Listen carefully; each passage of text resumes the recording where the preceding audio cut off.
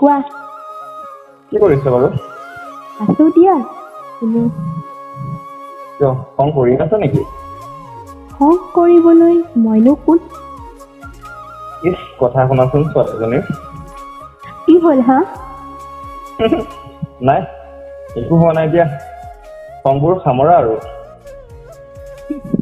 মোক খং নকৰিবলৈ কোৱাতকৈ নিজে কামবোৰ অলপ চাই চিতি কৰিলে ভাল হয়।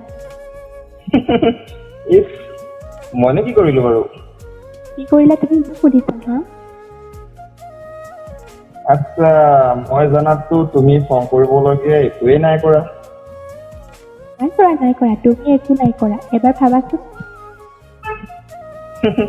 তুমি মানুহ মাৰিবা দেই।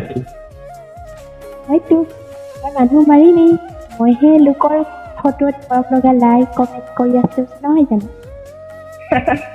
আৰে সেইটো তুমি মোৰ পাতি লোৱা ভণ্টি হয়, সেইকাৰণে কমেণ্ট লাইক কৰিছো। হ'ব মই চব জনা আছে তোমাৰ কথা। আৰে ছোৱালীজনীৰ খংবোৰ চোৱাচোন।